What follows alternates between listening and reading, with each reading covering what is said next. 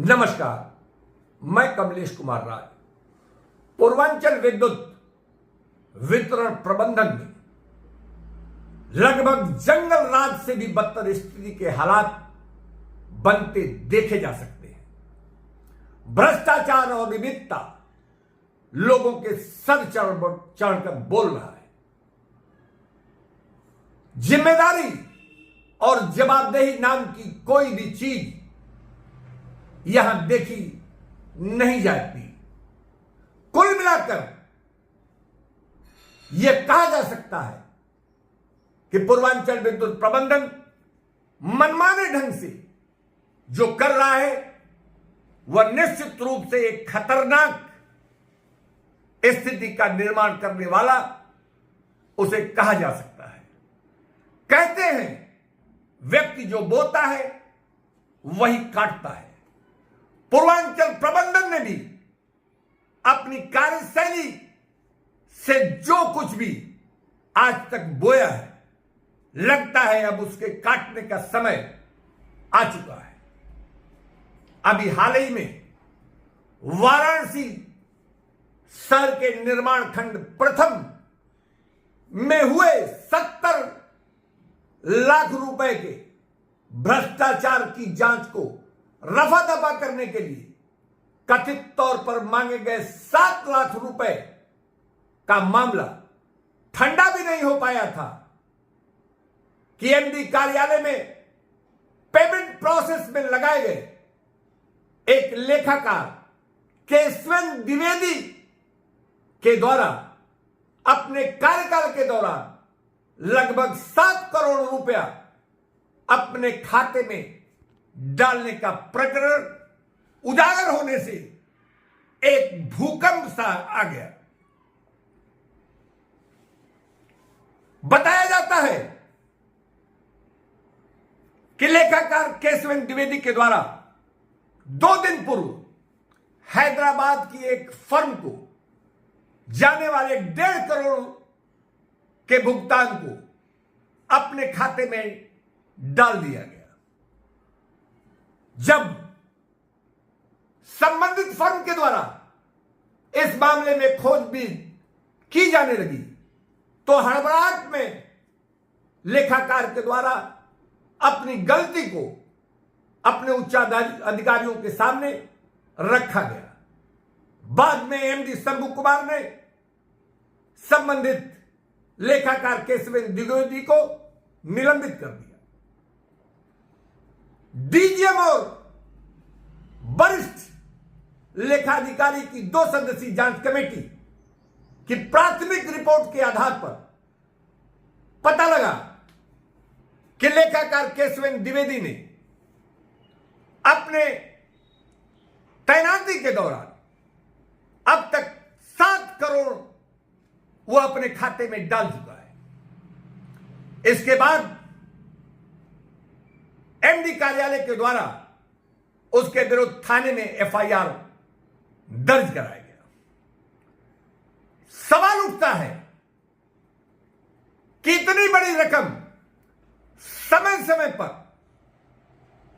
एक सामान्य लेखाकार के द्वारा अपने परिजनों के खाते में डालने की भनक प्रबंधन को क्यों नहीं लग सकी। नियमानुसार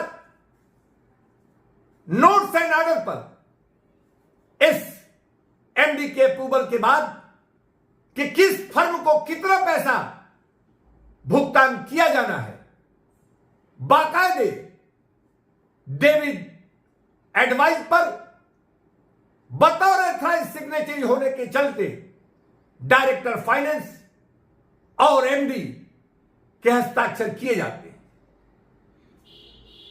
जानकारों की माने तो एमडी और डायरेक्टर फाइनेंस के द्वारा डेविड एडवाइस जारी किए जाने के बाद उसे लेखाकार के द्वारा बैंक को भुगतान करने के लिए भेजा जाता है। सवाल उठता है कि डायरेक्टर फाइनेंस क्या सिर्फ एक एथराइज सिग्नेचर ही है या स्क्रूटनी करना भी उनकी जिम्मेदारी में आता है? अपने इस दायित्व का निर्वहन अपने कार्यकाल के दौरान डायरेक्टर फाइनेंस संतोष जाड़िया द्वारा किन परिस्थितियों में नहीं किया गया? क्या इसकी जांच होनी आवश्यक नहीं है? जानकारों का कहना है कि लेखाकार केशवन द्विवेदी के द्वारा बैंक को भेजे जाने वाले डेबिट एडवाइस में हेराफेरी की जाती है।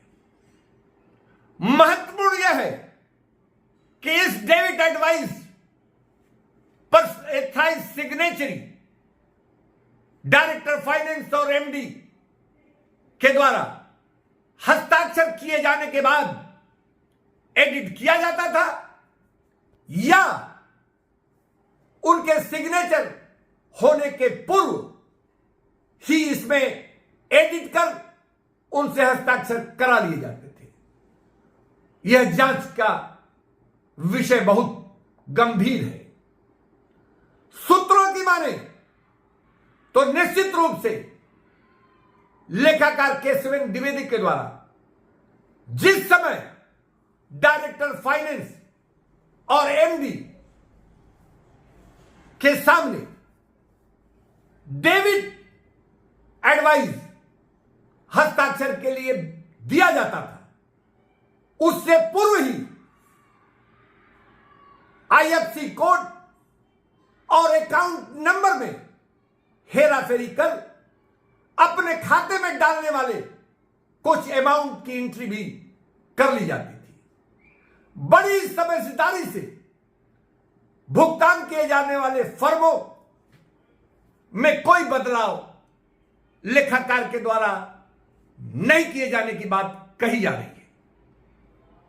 स्पष्ट है कि डायरेक्टर फाइनेंस के द्वारा इसे गंभीरता से नहीं लेते हुए इस पर अपने हस्ताक्षर किए गए, जो निश्चित रूप से जिसे एक गंभीर त्रुटि मानी जा सकती है। और ऐसी स्थिति में जब अकाउंटेंट केशवन द्विवेदी के द्वारा एडिट डेबिट एडवाइस, जिसमें उसके द्वारा फर्मों के कुछ धनराशि को काटकर अपने पत्नी या अपने परिजनों के आईएफएससी कोड और अकाउंट नंबर डालकर बैंक भेज दिए जाते थे, तो वहां इनके अकाउंट में वो उतने अमाउंट ट्रांसफर हो जाते थे। सवाल उठना लाजमी है कि संबंधित बैंक जो फर्मों के नाम पर, जो फर्म करंट अकाउंट जिनके होते हैं, उनके नाम पर आरटीजीएस के द्वारा भुगतान करता है। और ऐसी स्थिति में जब फर्म का नाम कुछ और हो और उससे जुड़े आईएफएससी कोड और अकाउंट नंबर अलग हो और वह भी बचत खाते से संबंधित हो, ऐसी स्थिति में बैंक के द्वारा इस पर सवाल क्यों नहीं उठाए गए? एक नाम में अगर कोई मामूली सी स्पेलिंग का मिस्टेक होता है तो बैंक आरटीजीएस नहीं करता, लेकिन इतनी बड़ी गलती होने के बावजूद भी बैंक के द्वारा भुगतान किए जाने से ऐसा लगता है कि बैंक की भी स्थिति इस घोर धंधे में निश्चित रूप से संदिग्ध मानी जा सकती है। प्रबंधन की उदासीनता और वर्ष कार्यशैली का अपने एक तरीका है, उसके तमाम उदाहरण हैं। उदाहरण के तौर पर आरोपी केशवन द्विवेदी लेखाकार लगभग अक्टूबर 2019 से इस पद पर काम कर रहा है। इतने सेंसिटिव पद पर वर्षों से लगातार काम कर रहे लेखाकार को क्या कहीं अन्यत्र भेजने की आवश्यकता प्रबंधन ने क्यों नहीं समझी?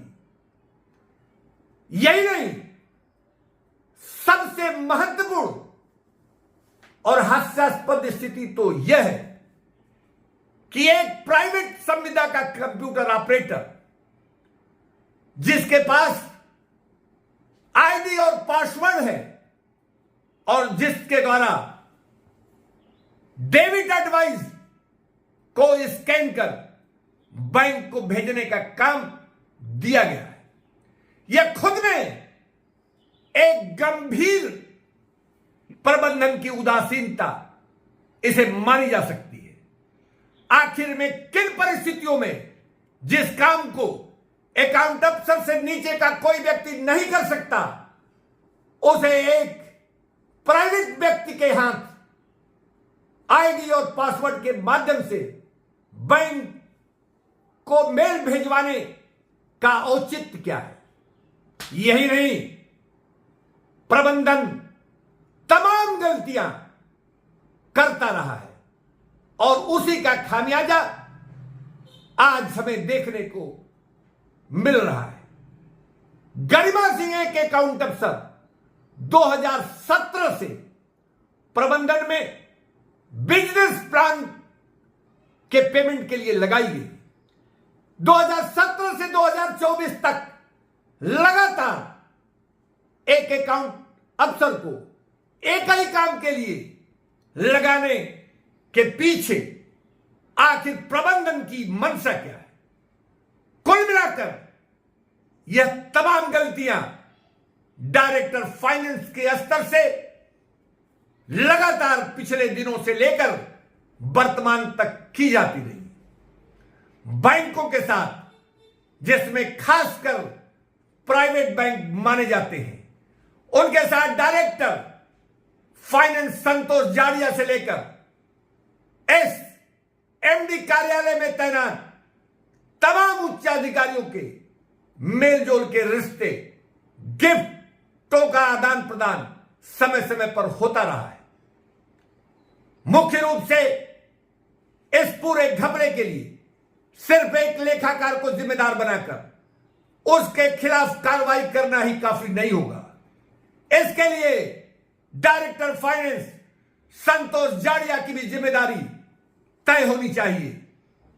इतना बड़े घपले को अंजाम एक सामान्य लेखाकार के द्वारा दे दिया गया और जिस काम में अकाउंट सेक्शन में बैठे एक लंबी चौड़ी फौज मूक दर्शक बनकर इस खेल को देखती रही, यह माना नहीं जा सकता। निश्चित रूप से इसके पीछे एक बहुत बड़ी खेल होने की संभावना बताई जा रही है।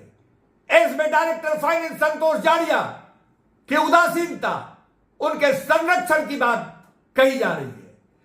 कहा यह भी जा रहा है कि सिर्फ पुलिस में एफआईआर करने से समस्या का समाधान नहीं होगा।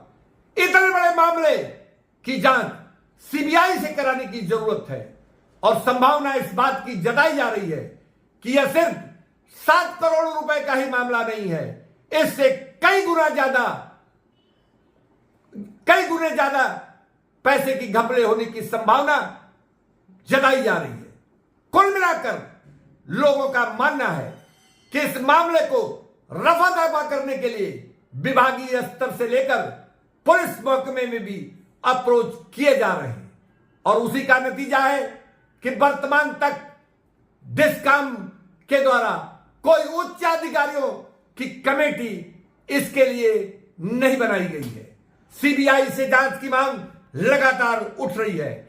ऐसी स्थिति में प्रबंधन के द्वारा, खास तौर पर एमडी शंभू कुमार के द्वारा इस पूरे मामले को सही ढंग तक यदि इसके मुकाम तक पहुंचाना है तो इसकी जांच सीबीआई से करने के लिए इसकी संस्तुति करनी ही होगी। उपभोक्ता मंच के लिए आज बस इतना ही। नमस्कार।